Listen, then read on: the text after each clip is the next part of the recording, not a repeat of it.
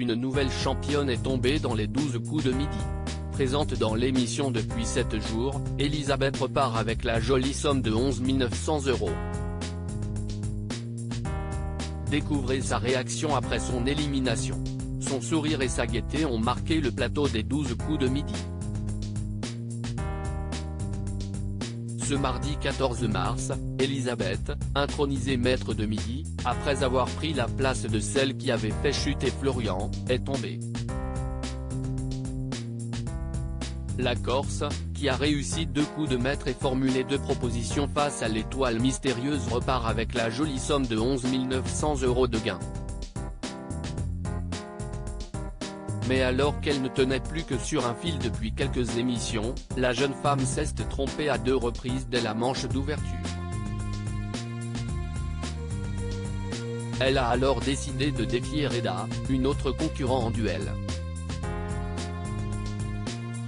Un affrontement que ce dernier a remporté. Les 12 coups de midi, Elisabeth éliminée à cause d'une question sur un dessin animé. Quelle est la couleur de la plus célèbre panthère des dessins animés? Cette question, dont la réponse était plus qu'évidente, a causé la défaite d'Elisabeth.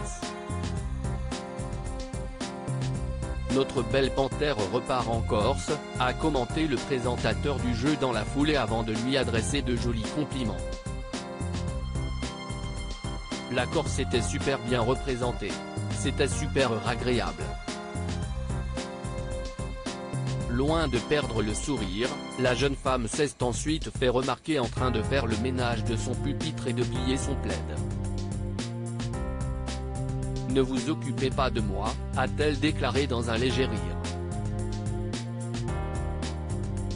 Elisabeth avait pris la relève de Florian dans le jeu de TF1. Florian, le dernier grand maître de midi aux 24 participations, avait été éliminé par Julie, candidate éphémère du jeu de TF1. En réaction à sa défaite, le jeune homme avait indiqué pour Télé Loisirs qu'il espérait que cette dernière aille le plus loin possible. Bon, elle a été éliminée le lendemain, avait-il regretté.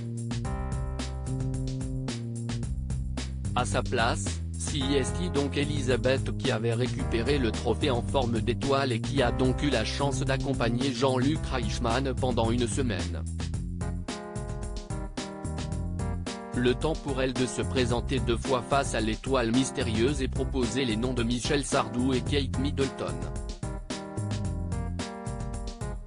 Régulièrement en manque de candidates féminines pour le combat des maîtres, la dérivée estivale du jeu de TF1, on peut imaginer que la jeune Ajaxienne soit de retour pour se confronter aux plus grands champions comme Bruno ou Xavier. À lire aussi, c'était un soulagement de perdre. Florian évoque les difficultés qu'il a rencontrées à cause des 12 coups de midi.